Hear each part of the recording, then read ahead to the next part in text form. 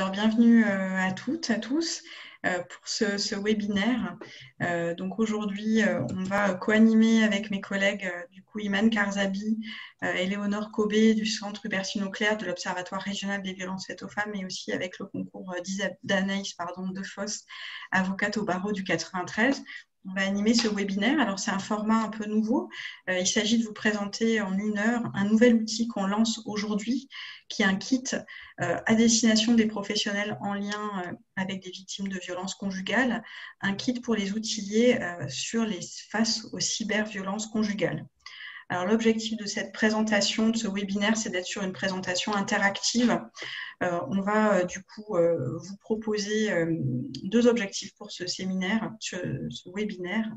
L'objectif est de sensibiliser les professionnels qui sont en lien avec des femmes victimes de violences sur les spécificités des cyberviolences conjugales en particulier, et puis vous informer sur les réflexes à avoir et aussi sur les outils qui existent, aussi bien pour repérer, orienter qu'accompagner les femmes victimes de cyberviolences conjugales. Alors, il s'agit bien en fait d'un webinaire, il ne s'agit pas d'une formation. En 1 heure, on n'a pas la prétention de vous former sur les cyberviolences conjugales, mais plutôt de commencer à vous outiller, à renforcer votre boîte à outils en matière de cyberviolence à travers la présentation synthétique de ce guide, de ce kit, vous verrez, qui se compose de plusieurs outils, et d'éveiller votre curiosité pour que vous puissiez ensuite vous approprier à la fois les conseils, les réflexes qui sont présents dans ce kit pour mieux accompagner les femmes victimes de violences conjugales. Alors, comment va se dérouler ce webinaire? On va avoir 2 temps. Un premier temps où on va présenter de manière en co-animant en fait avec mes collègues et avec Madame Defosse une présentation de ce kit. Puis on aura dans un deuxième temps une partie questions-réponses pendant une vingtaine de minutes. Donc, comme le disait mon collègue François, comment vous pouvez intervenir dans ce séminaire sur la partie interactive. Donc, à tout moment, vous pouvez envoyer par chat des questions, des commentaires. Ces questions ne seront pas répondues en direct. Par contre, mes collègues feront une synthèse en fait de ces questions-là, et pendant le temps de questions-réponses, on pourra y répondre, les différentes intervenantes pourront y répondre. Ou bien pendant ce temps de questions-réponses, deuxième solution, vous pourrez lever la main via l'onglet participants et ensuite activer votre micro pour poser votre question en direct. Voilà, les 2 possibilités seront offertes. Et pour commencer, vous expliquer d'où on parle, peut-être je vais laisser la parole à ma collègue Iman Karzabi. Merci beaucoup Aurélie. Bonjour à toutes et à tous. Donc une rapide présentation du Centre Hubertine-Auclair, bien que vous nous connaissez déjà pour la plupart d'entre vous. Donc le Centre Hubertine-Auclair est un centre francilien de ressources pour l'égalité entre les femmes et les hommes. Et on est organisme associé du Conseil régional d'Île-de-France. Le centre regroupe à ce jour 223 membres, parmi lesquels 136 associations spécialisées sur l'égalité entre les femmes et les hommes ou la lutte contre les violences faites aux femmes, 70 collectivités locales et 17 syndicats. Et notre principal objectif est d'accompagner donc toute structure, toute personne qui porte un projet en faveur de l'égalité entre les femmes et les hommes ou de lutte contre les violences. On vous invite à consulter notre site internet avec qui comporte plusieurs ressources qui peuvent vous être utiles dans le cadre de votre activité professionnelle. Le centre intègre l'Observatoire régional des violences faites aux femmes. Donc, on organise aujourd'hui ce webinaire dans le cadre des activités de l'Observatoire. L'Observatoire porte 3 missions principales: produire des études, des enquêtes, des ressources méthodologiques, favoriser le travail en réseau entre les professionnels et également produire des campagnes et des outils de sensibilisation. Ici, sur les visuels, vous voyez 3 focus, 3 ressources qu'on souhaite vous présenter aujourd'hui en particulier, mais vous trouverez de nombreuses autres ressources sur notre site internet, et toutes nos ressources sont en libre accès, en libre téléchargement, et la plupart de nos ressources peuvent être également commandées au Centre Hubertine-Auclair. Donc tout d'abord, vous voyez ici le rapport sur l'impact de la crise sanitaire sur les violences faites aux femmes en Île-de-France, que nous avons présenté au mois de septembre, et qui fait le bilan justement sur l'activité des associations et des collectivités territoriales pendant la crise du Covid, et également des bonnes pratiques qui existent dans le domaine, qui ont été portées par les associations, et ça peut être également très instructif dans le cadre de ce nouveau confinement. La deuxième ressource que vous voyez ici, c'est la cartographie des dispositifs associatifs d'accueil et d'accompagnement des femmes victimes de violences que nous avons réalisé, qui permet de trouver des dispositifs associatifs spécialisés qui accueillent les femmes victimes de violences sur toutes les formes de violence en Île-de-France, avec une possibilité de recherche par code postal. Pardon. Et sachez qu'également, pendant cette période du confinement, nous avons créé une page complémentaire qui porte sur le confinement et les dispositifs accessibles pendant cette période particulière. La troisième ressource que vous voyez ici, c'est une campagne de sensibilisation de prévention des violences sexuelles à destination des lycéennes et de lycéens qui a été diffusée tout récemment dans tous les lycées d'Île-de-France. Et donc, ces supports sont en accès libre et en téléchargement sur notre site. Merci. Et donc aujourd'hui, on vous propose un kit, on vous propose de présenter un kit qu'on a réalisé au Centre Hubertine Auclair avec de nombreux partenaires. On va vous les présenter aussi. Donc ce kit, il vise à outiller les professionnels en lien avec des femmes victimes de violences conjugales, les outiller pour mieux repérer, orienter et accompagner ces victimes. Il se compose de trois éléments, en fait. Un guide qui est accessible en ligne à partir d'aujourd'hui. Vous pourrez retrouver d'ailleurs le lien, on va vous l'envoyer via le chat. Donc, un guide pratique composé de 36 pages à destination des professionnels, mais également une affiche que vous pouvez mettre dans vos locaux, notamment dans les salles d'attente ou dans les bureaux d'accueil. Les lieux d'accueil, et également un site pratique en ligne complet dans lequel vous pourrez retrouver des conseils techniques, des tutoriels pour une meilleure protection en ligne. Donc ce site va venir prolonger les différents conseils et réflexes qui sont contenus dans le guide en format papier, ou en tout cas en format PDF, va venir du coup renforcer un certain nombre de conseils et donner des liens pour pouvoir aller plus loin. Donc les trois outils en fait que vous voyez ici composent ce kit qu'on va vous présenter brièvement aujourd'hui et pour lesquels vous pourrez poser des questions dans la deuxième partie. Alors, on parle d'un kit sur les cyberviolences conjugales. Peut-être qu'on peut rappeler brièvement qu'est-ce que c'est en fait les cyberviolences conjugales. On s'appuie ici sur une étude, une recherche-action qu'on a menée en 2018 avec nos partenaires associatifs, mais aussi des avocats, avocates et des unités médico-judiciaires en Île-de-France. On a constaté à partir de cette recherche-action, tout d'abord, l'ampleur en fait des cyberviolences conjugales. En effet, selon l'enquête, près de 9 femmes victimes de violences conjugales sur 10 ont déclaré avoir été exposées au moins une fois à une forme de cyberviolence de la part de leur partenaire ou ex. Donc, c'est un phénomène d'ampleur. Et puis, l'enquête a aussi permis de mettre en évidence les différentes formes que peuvent prendre les violences conjugales en lien avec les espaces ou outils numériques, donc les cyberviolences conjugales. L'enquête a permis d'identifier 6 formes principales qui sont présentées ici à l'écran, que vous pouvez retrouver en détail dans la recherche-action, que vous pouvez retrouver aussi accessible en ligne. Il peut s'agir du cybercontrôle, ça veut dire par exemple exiger de sa partenaire qu'elle soit joignable en permanence. Ça passe par du cyberharcèlement. Ça peut passer aussi par de la cybersurveillance, de la surveillance qui peut être à l'insu via un dispositif tel que les logiciels espions installés sur le téléphone portable, mais aussi une cybersurveillance qui peut être imposée via l'imposition du partage de codes d'accès au téléphone, aux réseaux sociaux, et qui va permettre aux partenaires de pouvoir avoir une surveillance continue sur l'activité, historique d'appels, les échanges, etc. On a aussi observé des cyberviolences économiques et administratives. On voit que toutes les démarches économiques, administratives qui sont aujourd'hui largement faites en ligne, le partenaire va pouvoir instrumentaliser la modification du mot de passe ou par exemple la modification du RIB pour pouvoir contraindre ces démarches et limiter l'autonomie aussi des femmes dans ce secteur-là. On a aussi repéré des formes de cyberviolence sexuelle. Ça va être le fait de diffuser du contenu à caractère intime ou de menacer de diffuser de tels contenus, mais aussi le fait de forcer à filmer des pratiques sexuelles, par exemple. des phénomènes qui ont été voilà, détaillés dans l'étude. Et puis enfin, toutes ces formes de cyberviolence au sein du couple peuvent aussi passer via les enfants, via les communications qui peuvent être maintenues notamment après la séparation avec les enfants par le père violent qui va chercher via ces échanges à pouvoir obtenir des informations sur son ex-partenaire, où est-ce qu'elle est, avec qui elle est, etc. Donc ça, c'est ces formes-là et l'ampleur de ces situations de cyberviolence qui nous a amené à travailler un peu plus précisément dans le cadre d'un groupe de travail pour outiller les professionnels.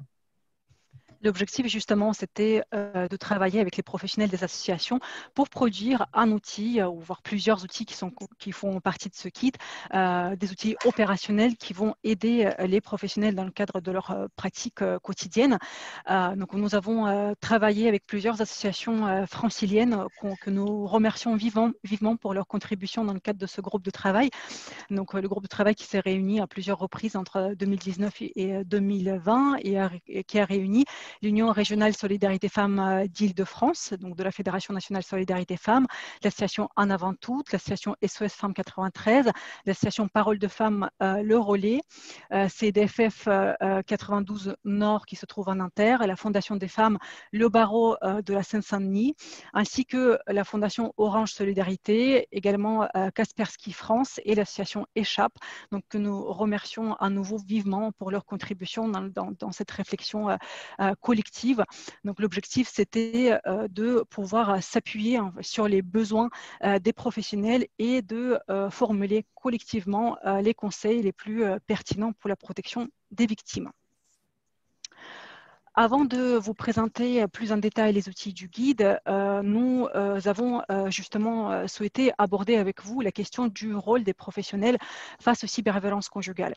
En travaillant avec les partenaires dans le cadre du groupe de travail, nous avons ciblé en particulier, en tout cas il nous a semblé pertinent de mettre en avant le rôle des professionnels sur 3 points principaux. Donc tout d'abord, l'importance pour tous les professionnels de caractériser l'ensemble des violences subies par une victime qui s'adresse à elle et à eux, et donc y compris sur les cyberviolences qui vont faire partie du continuum des violences que subissent les femmes victimes de violences conjugales, puisque comme Aurélie l'a souligné tout à l'heure, 9 femmes victimes de violences conjugales sur 10 déclarent avoir subi une forme de cyberviolence. Cette caractérisation permet également une meilleure évaluation globale de la situation de la victime. Donc, cette meilleure évaluation globale va permettre également de mieux évaluer le danger encouru par les victimes et donc pouvoir procurer à la victime des conseils de protection ciblés, y compris sur le volet numérique. Et donc, le kit que nous avons produit va vous aider à mieux repérer les cyberviolences conjugales, à mieux construire une stratégie de protection avec les victimes et de lui procurer des conseils spécialisés. Et vous voyez ici à l'écran donc les 8 fiches opérationnelles qui font partie de ce guide et que nous allons parcourir avec vous en détail tout au long de ce webinaire. En tout cas, au début, pour commencer, on vous propose de s'intéresser à la question du repérage avec les outils spécifiques qui font partie de ce guide et qui vont vous aider justement à mieux repérer. Puisque nous avons constaté avec les professionnels dans le cadre du groupe de travail à travers de la recherche-action que les cyberviolences conjugales ne sont pas toujours identifiées, repérées, puisque les professionnels n'ont pas toujours le réflexe de poser la question. Les victimes ne vont pas en parler spontanément puisqu'elles peuvent normaliser en quelque sorte les cyberviolences qu'elles subissent. Et donc, effectivement, si les cyberviolences conjugales ne sont pas repérées, ça ne permettra pas de donner les conseils de protection justement nécessaires sur le volet cyber. Et donc, nous avons pensé à plusieurs outils qui peuvent vous aider à repérer les victimes des cyberviolences conjugales. Donc, tout d'abord, une grille d'auto-évaluation qui s'inspire du violentomètre, un outil dont vous avez déjà sûrement entendu parler. Donc, c'est une règle. D'ailleurs, je l'ai juste à côté de moi. Je vous le montre, mais je ne sais pas si vous la voyez. En tout cas, c'est une règle qui permet justement de travailler avec les victimes pour lui permettre de rendre, en tout cas, de la conscientiser sur les violences qu'elle subit à travers des exemples très concrets des situations auxquelles elle peut être confrontée.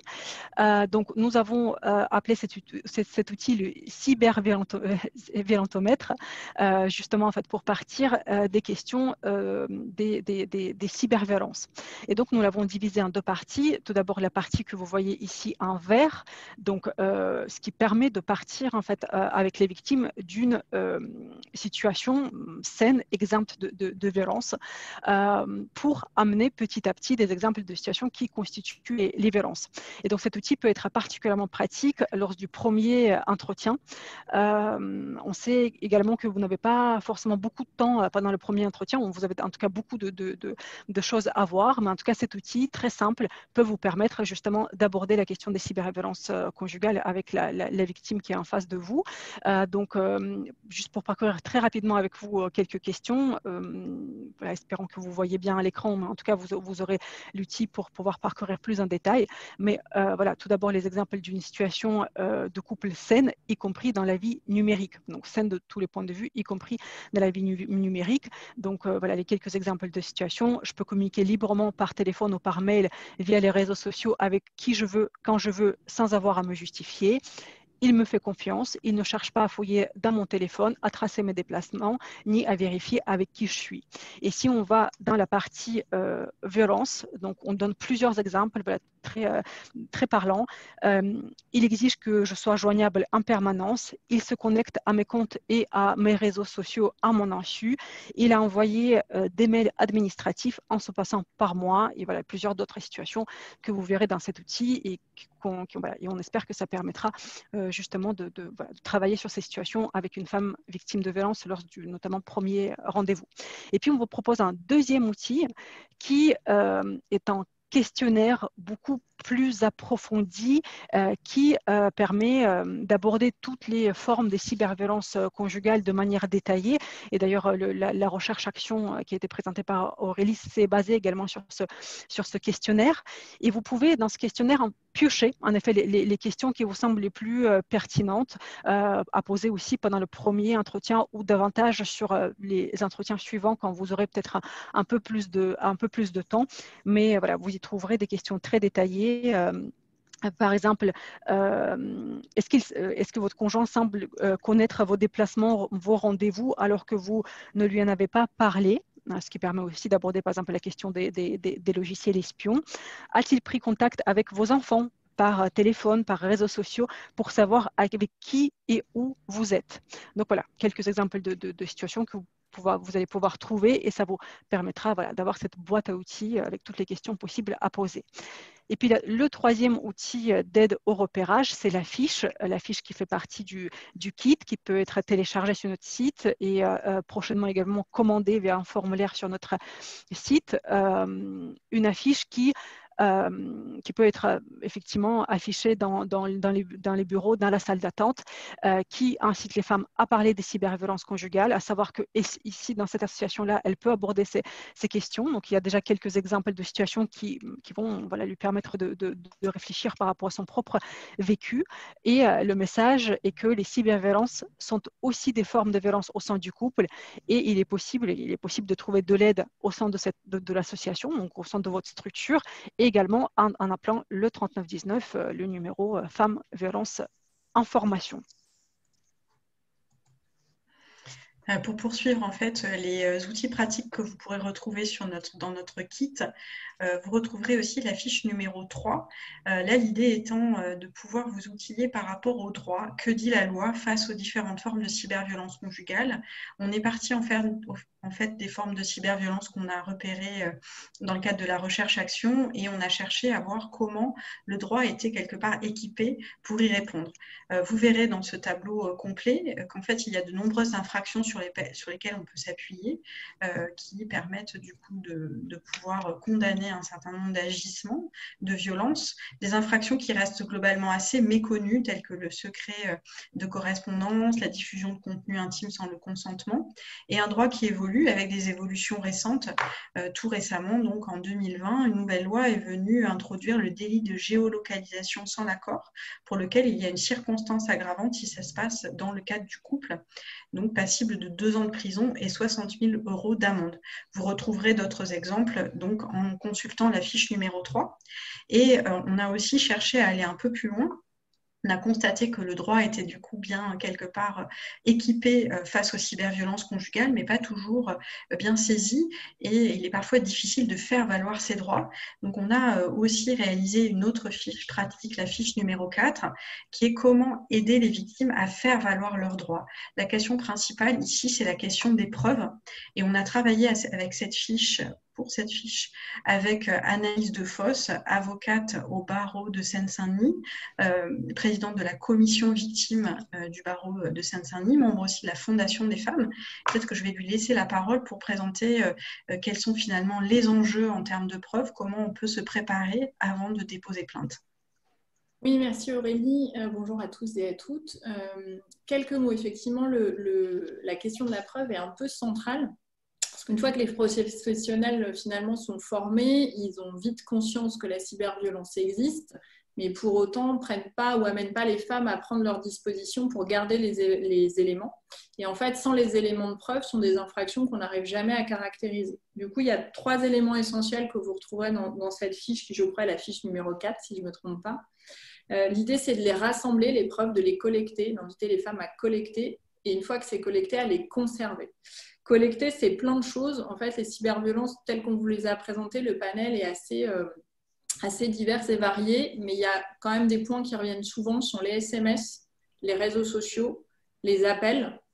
Ça sont les éléments un peu principaux qu'on retrouve systématiquement, et conserver, c'est pas juste faire une capture d'écran par exemple pour un SMS, c'est avoir tous les éléments. Un élément de preuve en justice, c'est pas juste dire ça existe, c'est avoir tout. Par exemple, la capture écran, c'est de bien avoir qui l'a envoyé, qui l'a reçu, à quelle date, donc d'avoir des éléments assez précis, de bien les conserver. Et les conserver, vous avez compris qu'il y a la notion de danger et de sécurité derrière, donc pouvoir les conserver, c'est les conserver dans un lieu sûr, c'est-à-dire pas forcément sur l'ordinateur ou sur le téléphone, mais pouvoir les extraire, donc se faire accompagner là-dessus, pouvoir potentiellement, si on l'a mis sur une clé USB ou sur un disque dur, laisser à un voisin ou une amie de confiance, pour vraiment, au moment où la femme sera en capacité ou disponible pour déposer plainte, qu'elle arrive avec tout. Tout aura déjà été tracé et conservé. Il y a un 3e point qui est important aussi, c'est que la femme victime de violences conjugales, puisque la cyberviolence, vous l'aurez compris, n'est qu'un élément souvent des violences conjugales subies, ça ne suffit pas de rassembler et de conserver. S'il y a un dépôt de plainte qui n'est pas fait tout de suite, et du coup avec les services de police et de gendarmerie qui vont traiter, il faut aussi pouvoir les faire constater. Et ça, c'est possible par le biais d'huissiers et d'huissières de justice. Il y a des mécanismes aujourd'hui assez simples qui existent, qui ont été mis en place, que vous retrouverez dans la fiche. Notamment, il y a des huissières qui se sont réunies en association. Vous retrouverez le site internet, je ne sais plus si le lien est mis, mais en tout cas le nom à minima, qui permettent de financer, de mettre à disposition gratuitement des femmes 5000 actes par an, dont notamment ces constatations-là de cyberviolence. Donc ça, c'est un petit peu des éléments à connaître aussi, à pouvoir donner tout de suite en dispositif aux femmes, parce que vous l'aurez compris, juste aller dans le commissariat, dans la gendarmerie pour dire il se passe tel et tel événement, notamment typiquement il sait partout où je suis, c'est pas suffisant, ce ne sera pas pris en considération si la femme n'aura pas avant rassemblé, conservé, voire fait constater les éléments.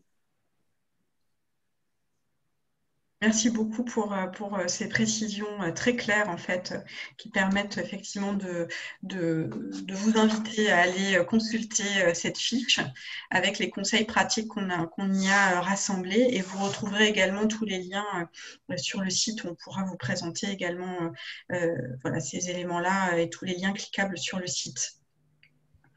Alors, qu'est-ce que vous allez trouver également dans notre kit? Vous allez trouver aussi des conseils plus techniques. Alors là, l'idée, c'est d'aider en fait les professionnels à construire finalement une stratégie de protection comme on le fait dans toutes les situations de violence conjugale, mais là, une stratégie de protection en rajoutant le volet numérique. Donc, comment on construit une stratégie de protection numérique? Là, vous retrouverez une série de fiches pratiques. La première étape, en fait, de cette stratégie de protection, c'est de construire un diagnostic avec la dame, puisqu'il n'y a pas de réponse unique, finalement, face aux cyberviolences conjugales, comme il n'y a pas de réponse unique face aux violences conjugales de manière générale. Et donc, chaque réponse va dépendre de la situation des femmes. Et donc là, dans ce diagnostic que vous voyez ici, que vous retrouverez dans le guide, il y aura un certain nombre de questions à partager avec les femmes, notamment pour évaluer leurs compétences numériques propres, mais aussi celles de leur agresseur, puisque ce n'est pas du tout la même stratégie qu'on pourra déployer ou conseiller de déployer aux femmes si elles maîtrisent très très bien le numérique, ou à l'inverse, si elles sont très dépendantes de leur partenaire ou ex-partenaire par rapport au numérique. S'il a par exemple acheté ou installé leur téléphone portable, on est dans un registre tout à fait différent et déjà les conseils seront tout à fait différents. Donc là, c'est une aide au diagnostic avec un certain nombre de questions à poser pour identifier la situation. La deuxième étape vraiment importante pour construire cette stratégie de protection numérique, c'est de s'assurer de la sécurité de la victime. C'est la même chose que dans la stratégie de protection en dehors du numérique, mais ça, c'est un élément vraiment très important à avoir en tête. Il faut savoir notamment que toutes les actions qui peuvent être menées pour protéger ces appareils numériques, par exemple, on peut être tenté de tout de suite, si on constate qu'il y a un logiciel espion, de le supprimer ou de changer tous les mots de passe parce qu'on voit qu'en fait son compte a été piraté. Il est important au préalable d'évaluer les risques de représailles liés à ces actions-là. Notamment s'il y a des notifications qui sont envoyées à l'agresseur qui vont lui indiquer que telle ou telle action a été menée, il est possible que du coup, il augmente en fait les violences à l'encontre de la victime. Du coup, au cœur de cette stratégie, il faut évaluer ce risque de représailles. Et donc, face à ce risque-là, on conseille dans le guide d'adopter une stratégie de doublonnage. C'est valable pour un certain nombre d'outils et d'espaces en ligne. Ça va consister, par exemple, à créer une nouvelle adresse mail qui sera sécurisée, dont on sécurisera le mot de passe, le code d'accès pour faire en sorte que l'agresseur n'y ait pas accès, et adresse mail sur laquelle on va communiquer avec l'extérieur, notamment pour toutes ces démarches d'aide, par exemple. Cette stratégie de doublonnage, elle passe aussi par le téléphone. On va conseiller, quand c'est possible, d'avoir un deuxième téléphone portable qu'on va sécuriser également et pour lequel on pourra, par exemple, passer ses appels ou pouvoir consulter ses réseaux sociaux sans risquer ou en diminuant le risque, en tout cas, d'être surveillé. Et dans cette même logique, on va recommander de ne pas tout de suite et immédiatement supprimer un logiciel espion, par exemple, si on constatait qu'il y en avait un sur son téléphone, pour ne pas éveiller les soupçons de l'agresseur. Et de la même manière, de manière plus globale, on évitera de conseiller de changer les habitudes ou comportements numériques de façon trop radicale et trop immédiate. Il faudra le faire progressivement et évaluer à chaque fois les risques auxquels la victime pourra être confrontée. Donc, c'est une philosophie en fait de sécurisation qu'on a eu à cœur de présenter dans ce guide pratique. Et donc, pour construire une stratégie de protection numérique, la troisième étape, ça va être de vous doter aussi de conseils techniques pour pouvoir sécuriser son téléphone, sécuriser son ordinateur ou se protéger notamment des logiciels espions. Ça fait l'objet de 3 fiches pratiques que vous retrouverez à la fin du guide, la fiche 6, 7 et 8, qui détaille en fait un peu les éléments de base que vous avez à connaître pour pouvoir conseiller une victime dans ces 3 domaines-là. Il faut savoir en fait que ces fiches-là, qui sont accessibles sur le guide en PDF, rassemblent les éléments les plus simples, mais vous pourrez ensuite vous référer au site Je protège ma vie privée pour pouvoir avoir accès à des ressources supplémentaires, des tutoriels, des liens qui vont permettre de vous outiller de façon plus précise sur ces différents éléments. Donc le guide est pensé pour être une ressource de base avec les éléments de base, et vous pourrez poursuivre et aller plus loin en consultant le site Je protège ma vie privée en ligne. Et je vais donner la parole du coup à Éléonore Cobé, qui a participé à enrichir justement ce site Je protège ma vie privée en ligne pour y ajouter des conseils très précis concernant les cyberviolences conjugales.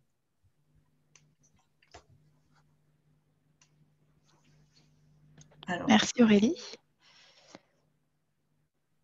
Est-ce que je peux partager mon écran? On va vous montrer en fait le site Je protège ma vie privée en ligne. Alors, est-ce que ça fonctionne? Très bien. Alors, donc, ici, vous avez donc la fiche pratique numéro 6, comment sécuriser son téléphone ou sa tablette, donc qui est présente dans le guide pour les professionnels. Et au niveau du site, ça va être intéressant donc, pour les femmes qui sont victimes de violences ou qui ont besoin de conseils, surtout au niveau des liens et des définitions donc, qui se déclinent à chaque fois pour un téléphone de marque Apple, iPhone ou pour Android. Donc, c'est l'intérêt du site pour les femmes, c'est d'avoir des conseils adaptés à leurs appareils numériques. Donc ça, c'est une page qui s'appelle « Je sécurise mon nouveau téléphone » pour les femmes qui ont réinitialisé ou qui ont acquis un nouvel appareil une fois qu'elles se sont séparées de leur conjoint, par exemple. Et en fait, cette page est accessible à partir de la page « Je sécurise mon téléphone en cas de cyberviolence conjugale ».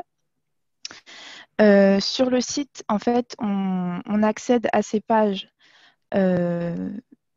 adaptées aux femmes victimes de violences ou qui ont besoin de conseils. Donc, soit sur la page d'accueil du site « Je protège ma vie privée en ligne », il y a un bouton spécial qu'on a créé pour les femmes victimes de cyberviolence conjugale. Avec, ici, vous aurez les liens pour l'ordinateur, la boîte mail, la navigation Internet, les réseaux sociaux, les comptes bancaires ou administratifs et le téléphone. Et la page que je vous ai présentée, donc c'est la page « Je sécurise mon téléphone en cas de cyberviolence conjugale », qui est une des pages les plus importantes, étant donné que le téléphone va regrouper des informations très importantes à sécuriser, que ce soit les SMS, la géolocalisation, etc. Donc, c'est une page qui est divisée avec les points de vigilance, les conseils. Sur chaque page, on a des points de contact qui sont utiles pour les femmes qui ont besoin d'aide. Et pour le téléphone, par exemple, c'est divisé donc selon la situation. Si vous vivez toujours avec votre conjoint violent, si vous êtes en train de quitter le domicile ou si vous êtes séparé de votre partenaire violent. Et c'est ici que vous avez la page Je paramètre mon téléphone, mon nouveau téléphone en 4 étapes qui correspond à la fiche pratique du guide. Donc voici pour le site. Et enfin, je terminerai par dire que voilà, donc on a des conseils pour tous les appareils et pour tous les comptes numériques des femmes qui auraient besoin de conseils, parce qu'on leur conseille bien à chaque fois de construire une stratégie de protection globale et adaptée, et qu'il faut bien qu'elles protègent et leurs comptes de réseaux sociaux et leurs comptes mail et leurs appareils. Et c'est pour ça que le site est chaque page se répond, puisque à chaque fois on va rediriger vers d'autres parties afin qu'elles puissent être sécurisées le plus possible. J'arrête de partager mon écran.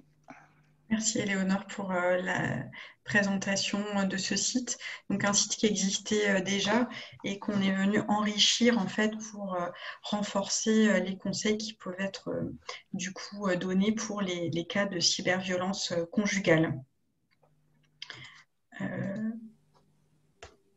Donc le guide en fait étant voilà, on va dire ayant une extension sur le site. comme vous le voyez à l'écran. Donc, ce site est accessible sur le lien guide-protection-numérique.com et on vous invite du coup à aller naviguer en fait sur ce site en sachant qu'on l'a conçu pour être un site accessible directement pour les femmes. En autonomie, on va dire. On a cherché à expliciter chaque terme qui pourrait être complexe avec des infobulles, comme le disait Éléonore. Et du coup, vous pouvez orienter aussi les femmes ou les accompagner en consultant ensemble ce site. Mais sachez que voilà, il a été vraiment pensé aussi pour être un outil vers lequel vous pouvez orienter les femmes pour un certain nombre de démarches, puisque l'idée était, en tout cas au départ, sur ce site, de renforcer la capacité des femmes à être autonomes et à se réapproprier leurs outils numériques. Alors voilà ici rassemblées les principales ressources sur lesquelles vous pouvez vous appuyer en tant que professionnel pour renforcer votre connaissance sur les cyberviolences conjugales et conforter quelque part votre boîte à outils, la compléter pour mieux repérer ces situations-là et mieux pouvoir orienter et accompagner les femmes victimes de violences. Alors vous avez donc la synthèse de la recherche-action que vous pourrez retrouver accessible en ligne, le guide pratique qu'on vient de vous présenter dans ces grandes lignes avec ses 8 fiches pratiques et techniques, le site Je protège ma vie privée en ligne qu'on vous invite à aller explorer dans le détail. On organise également chaque année 2 jours de formation pour les professionnels sur les cyberviolences conjugales. Là, on a organisé en septembre dernier notre dernière session. On n'a pas encore fixé les dates pour 2021, mais vous pourrez en être informé en vous abonnant à la Cybertine, notamment la newsletter du Centre Hubertine Auclair. Vous avez aussi un site ressource que vous connaissez peut-être déjà qui s'appelle stopcybersexisme.com dans lequel on retrouve des conseils pratiques pour toutes les victimes de cyberviolence à caractère sexiste et sexuel, pas uniquement dans le couple, un site qui s'adresse à toutes les victimes, y compris pour les jeunes, dans le cadre scolaire par exemple.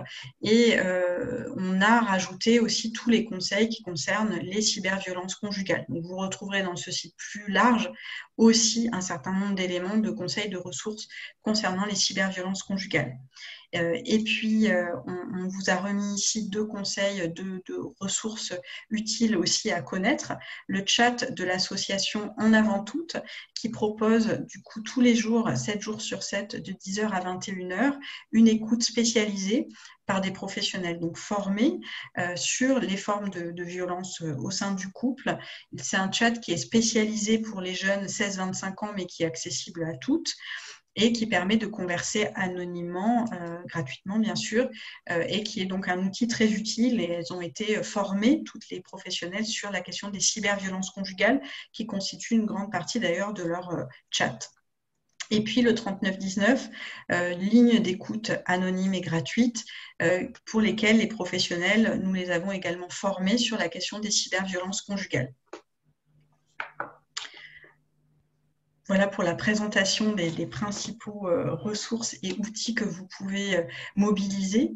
Peut-être qu'on peut, du coup, après cette présentation synthétique, vous laisser peut-être la parole si vous avez des questions, des interrogations concernant ces outils.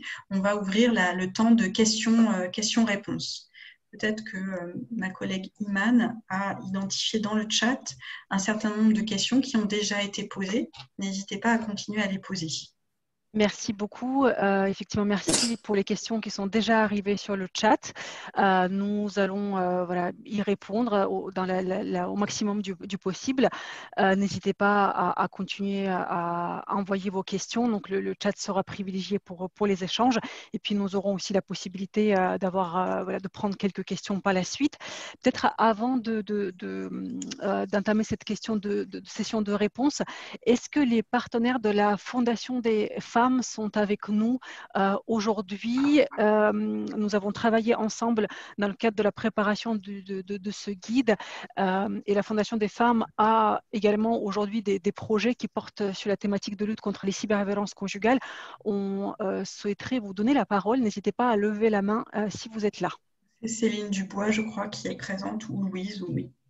Bonjour, je suis présente avec Louise. Je suis chargée de projet à la Fondation des femmes et Louise est coordinatrice de la force juridique. Si tu veux. Donc merci de nous laisser la parole et merci beaucoup pour cette présentation très intéressante.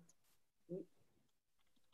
Merci beaucoup. Donc, bonjour à toutes et à tous. Effectivement, à la Force Juridique, juste en 2 mots, vous indiquer qu'on fait du soutien juridique, de l'accompagnement juridique des associations de terrain en matière de lutte contre les violences et de lutte pour l'égalité de façon générale, et que dans ce cadre-là, on avait effectivement apporté en fait, la Force Juridique, c'est un réseau de 280 professionnels du droit, donc principalement des juristes et des avocates.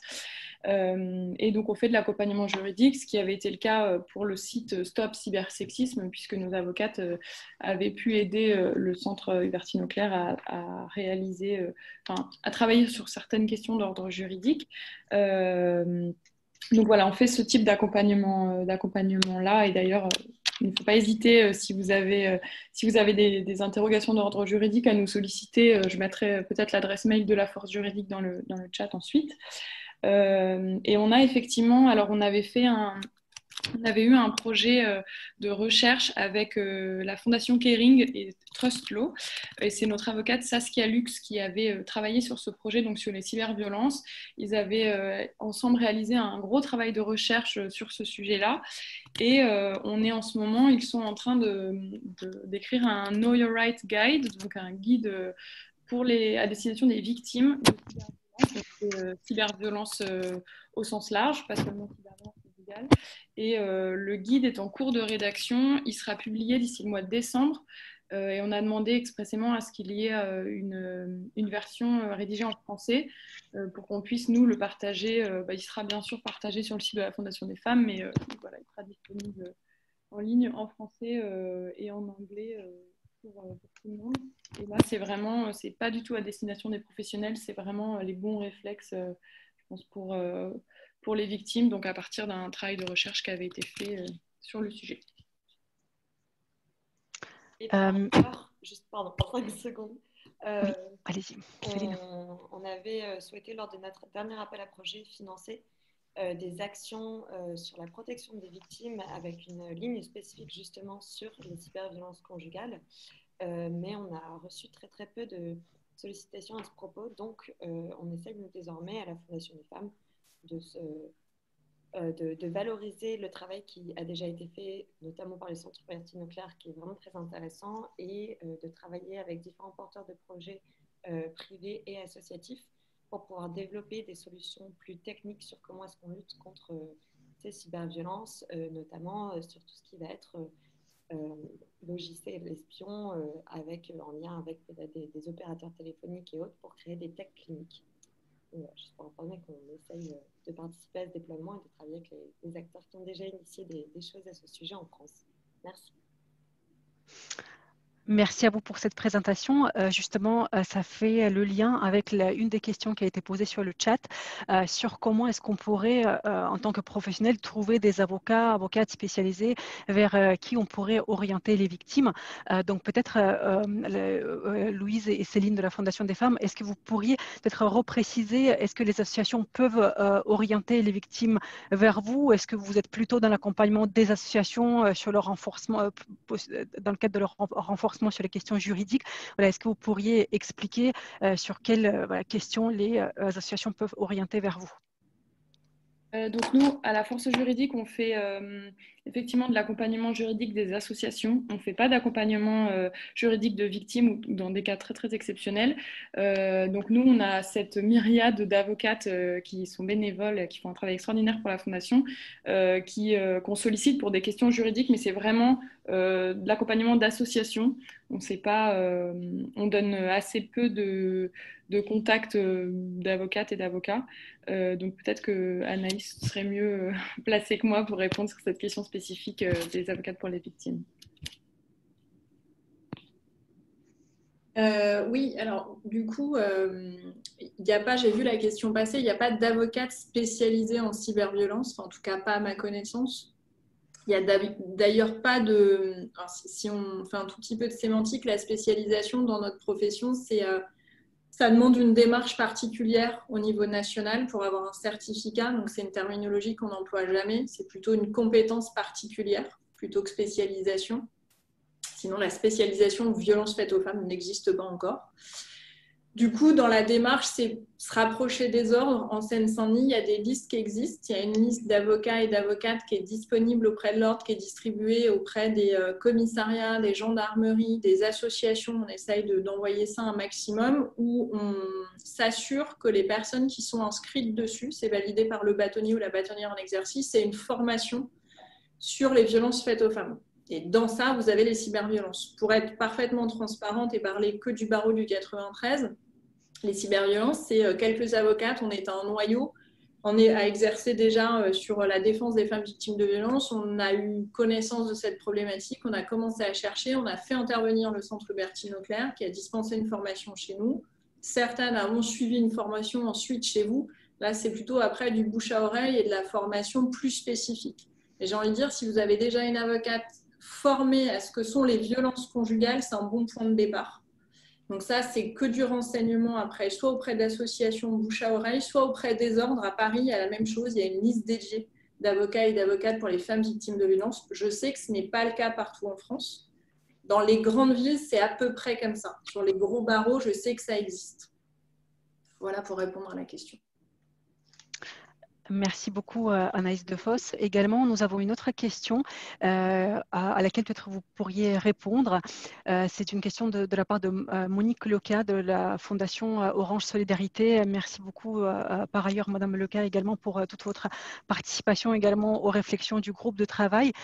Et la question que vous posez aujourd'hui sur le chat est concernant les preuves, donc justement la sauvegarde des SMS qui pourraient être mobilisés en tant que preuve dans le cadre du dossier judiciaire.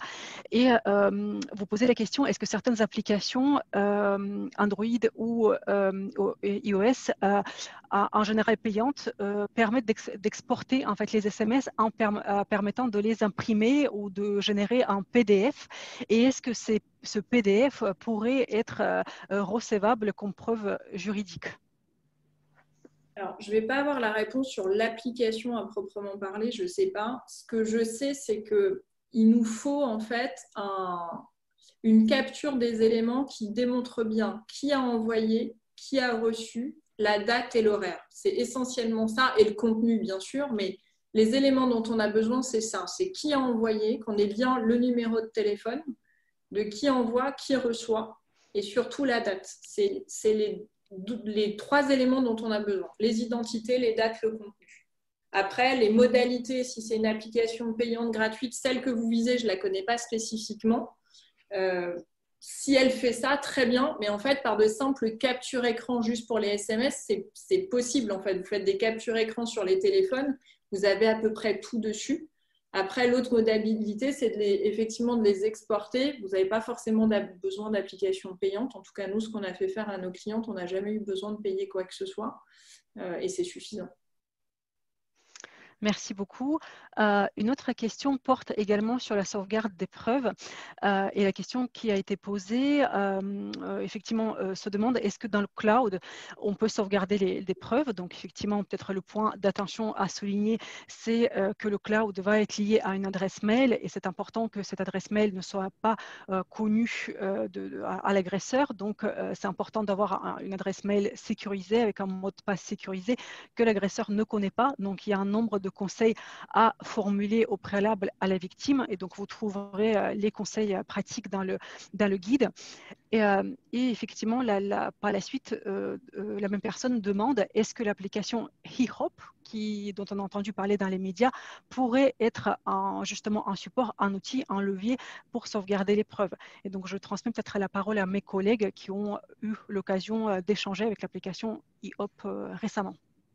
Oui, on a justement avec Éléonore rencontré la fondatrice qui a réalisé cette application, qui est encore en cours de test. Hein, donc vous pouvez la télécharger d'ailleurs.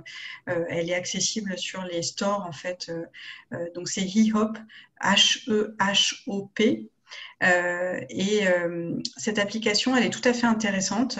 Elle permet en fait de pouvoir capturer, enfin l'objectif en fait, c'est de capturer des preuves. Alors pour le moment, comme elle est en développement, elle n'est pas tout à fait, elle répond pas à toutes les attentes qu'on pourrait avoir pour les victimes de cyberviolence conjugale. Elle permet de capturer des preuves vidéo ou audio qui ne sont pas stockées sur l'appareil, parce qu'on sait que le fait de prendre un certain nombre de preuves, si l'agresseur a accès à son téléphone, il va savoir en fait que ces preuves sont enregistrées, que la dame est en train de préparer peut-être sa défense, et il pourrait l'utiliser contre elle, ou en tout cas, voilà, avoir ces informations-là pourrait nuire à la dame.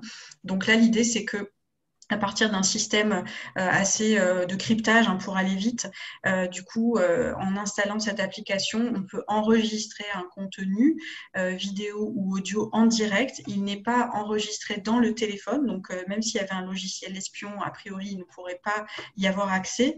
Et surtout, cet enregistrement va être ensuite stocké sur un serveur sécurisé et crypté qui est en dehors, bien sûr, voilà, par définition, le serveur, il est en dehors du téléphone. Et la dame pourra ainsi stocker un certain nombre de preuves, et pour pouvoir à nouveau y avoir accès, elle devra obtenir 2 clés de sécurité, une première qu'elle peut obtenir sur l'application et une deuxième qui est générée par le système IHOP si une tierce personne en fait la demande, et notamment les professionnels. Pour le moment, les échanges se font avec les professionnels dans les commissariats ou dans les gendarmeries dans lesquelles le test se fait. Donc en gros, la dame viendrait au commissariat en expliquant que avec cette clé-là, le gendarme ou la gendarme peut du coup accéder à ces preuves qui sont sécurisées, rendues accessibles dans une sorte de coffre-fort sécurisé. Donc il y a 2 objectifs, à la fois capter, en fait, enregistrer des preuves de façon sécurisée et les stocker aussi de façon sécurisée pour pouvoir faire valoir ses droits, des preuves qui ne peuvent pas être remises en cause ensuite en disant voilà, on les a falsifiées, elles ont été trafiquées, puisque le processus lui-même en fait ne permet pas en fait de modifier quoi que ce soit sur ces contenus. Après, pour le moment, l'application ne permet pas de faire des captures d'écran, donc ça limite en fait la portée, mais c'est en train d'être développé, et pour le moment, l'application est en cours de test avec l'association Léa et les services de gendarmerie dans le 91. Donc, si ça vous intéresse, on pourra vous donner les coordonnées de l'association IHOP qui cherche justement à pouvoir poursuivre cette phase de test et voir comment ça pourrait aider au mieux les associations pour justement cette question qu'évoquait Madame Defosse, de notamment stockage sécurisé des preuves. Merci beaucoup Aurélie pour ces précisions. Il y a également 2 autres questions sur le chat. Donc, la première question, comment trouver des contacts autour de soi pour orienter les victimes? Donc, à nouveau, on va vous envoyer le lien vers la cartographie du Centre Hubertine Auclair qui permet d'identifier les associations spécialisées sur l'accompagnement des femmes victimes de violences conjugales, et avec qui, voilà, avec plusieurs d'entre elles, nous avons travaillé sur le volet cyberviolence conjugale. Donc, vous pouvez également toujours orienter les victimes vers les associations de votre département. Et également une autre question, est-ce que nous avons intégré dans nos travaux les femmes en situation de handicap? Donc effectivement, c'est une question très importante. L'association Femmes pour le dire, Femmes pour agir a une ligne d'écoute spécialisée, et nous allons poursuivre nos échanges avec les associations spécialisées pour justement réfléchir collectivement comment renforcer la protection de toutes les femmes victimes de cyberviolence conjugale. N'hésitez pas à poser des questions. Peut-être on vous propose un petit temps d'échange. Peut-être n'hésitez pas à lever la main si vous souhaitez poser une question de vive voix. Et peut-être en attendant que vos questions arrivent, on vous propose également peut-être de répondre à une question qui nous est souvent posée par des professionnels concernant les logiciels espions, puisque de plus en plus de femmes victimes de violences signalent aux professionnels que potentiellement, possiblement, un logiciel espion est installé sur leur téléphone. Dans le cadre de la recherche-action, nous avons entrepris une enquête supplémentaire pour mieux comprendre les logiciels espions disponible, accessible sur le marché aujourd'hui avec une recherche sur Google. Voilà, s'imaginant qu'une personne cherche à installer un logiciel espion sur le téléphone de sa partenaire. Et on a réalisé cette recherche-action qui nous a permis surtout de comprendre les fonctionnalités et de formuler des conseils de protection, donc de prévention, de protection et également voilà, comment prévenir et comment pouvoir désinstaller un logiciel espion. Donc, vous trouverez à nouveau ces conseils sur le site Je protège ma vie privée en ligne. Je vais partager avec vous l'écran pour pouvoir effectivement aller dans l'onglet avec vous et voir en fait, par exemple, je sécurise mon téléphone. Je suis victime des cyberviolences conjugales. Ici, vous avez des conseils généralistes et quand vous revenez, il y a un onglet « Je me protège des logiciels espions ». Donc, vous trouverez tous les conseils sur les logiciels espions. Peut-être avant de vous présenter ces conseils, un point d'attention important, c'est que dans le cadre de la recherche-action, nous nous sommes rendus compte que bien que le sujet des logiciels espions soit un sujet important, il y a d'autres outils, d'autres leviers qui peuvent être utilisés par l'agresseur pour surveiller les déplacements, les interactions, les communications de sa partenaire. Notamment les applications préinstallées sur le téléphone comme Google Maps, par exemple, qui, à travers l'historique, permettent de voir où tous les déplacements de la personne. D'autres également, voilà, l'accès au cloud, qui n'est pas sécurisé, permet d'avoir accès à beaucoup de choses. Donc, effectivement, c'est important quand vous faites le diagnostic avec la victime, c'est important aussi de garder à l'esprit qu'il y a d'autres leviers qui peuvent exister. En tout cas, la potentielle présence du logiciel espion étant une source d'angoisse particulièrement forte pour les victimes, parce qu'il y a vraiment un sentiment de toute puissance et omniprésence de l'agresseur. Et effectivement, notre étude a démontré que les logiciels espions sont aujourd'hui assez facilement accessibles sur le marché. Il y a une assistance technique qui est proposée aux conjoints violents pour pouvoir en fait, voilà, les installer avec une aide technique. C'est des logiciels très intrusifs qui permettent effectivement d'avoir accès à la liste des communications, de pouvoir lire les SMS et les mails sur le téléphone. Cependant, généralement, il faut avoir un accès physique au téléphone ou de passer par le cloud. Donc, d'où les conseils de prévention en matière de la sécurisation de l'accès au téléphone, la sécurisation de l'accès au cloud, donc des conseils essentiels que vous allez pouvoir procurer à la victime. Et par la suite, donc ici vous voyez à l'écran les conseils, je me protège des logiciels espions, hein, donc de logiciels de surveillance également, parce que du coup, voilà, il y a au-delà des logiciels espions, il y a d'autres logiciels de surveillance. Donc vous trouverez tous ces conseils de protection qui visent justement à bien paramétrer, bien sécuriser le téléphone pour ne pas permettre à l'agresseur d'y avoir accès. Par la suite, il y a des conseils sur le repérage. Comment, s'il y a un fort doute sur l'installation d'un logiciel espion, comment savoir est-ce qu'il a été bien installé, est-ce qu'il est présent sur le téléphone. Et donc, on conseille par exemple de télécharger des antivirus gratuits qui sont aujourd'hui, qui essaient d'être de plus en plus renforcés sur la détection des logiciels espions. Ça reste voilà, quand même des outils gratuits et qui permettent de faire un check-up sur le téléphone, de savoir est-ce qu'il y a un logiciel espion qui est installé et qui peut être repéré par un antivirus.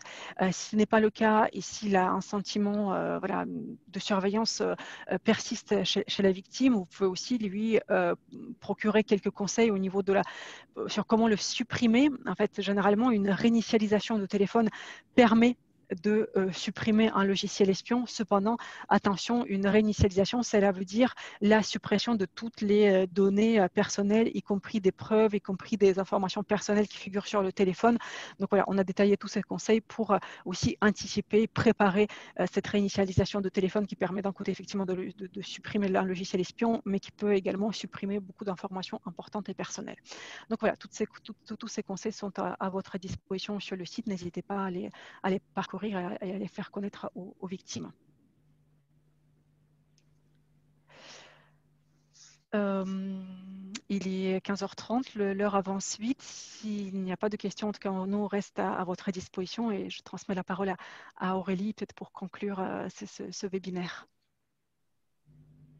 Oui, si vous avez encore une question, on peut encore la prendre. N'hésitez pas voilà, à nous contacter, en tout cas, par mail et puis surtout à aller consulter les ressources qu'on vous a présentées dans les grandes lignes aujourd'hui, à vous familiariser avec les principaux conseils dans le guide, puis ensuite aller explorer le site Je protège ma vie privée. On renvoie aussi vers d'autres ressources extérieures. Donc c'est aussi pour vous une sorte d'auto-formation qui vous permettra d'être plus à l'aise aussi dans vos entretiens avec les femmes victimes de violences conjugales pour aborder aussi la question des cyberviolences. On vous remercie en tout cas beaucoup pour votre participation. On espère que ce format court vous a permis voilà, d'avoir un aperçu en tout cas des outils sur lesquels vous pouvez vous appuyer et on reste à votre disposition pour poursuivre cette réflexion à travers voilà, nos mails aussi et à travers le site. Merci. Merci beaucoup de votre participation. Les ressources sont en ligne, donc sur notre site, sur nos réseaux sociaux. N'hésitez pas à les diffuser auprès de vous dans vos réseaux. Donc, merci de votre attention et de votre participation. Merci beaucoup aussi à François pour avoir assuré l'appui technique, à Léonore pour la présentation, à Iman pour le chat et merci à vous du coup et à Anaïs Defosse aussi pour son intervention. Merci beaucoup à toutes. Merci. À très bientôt.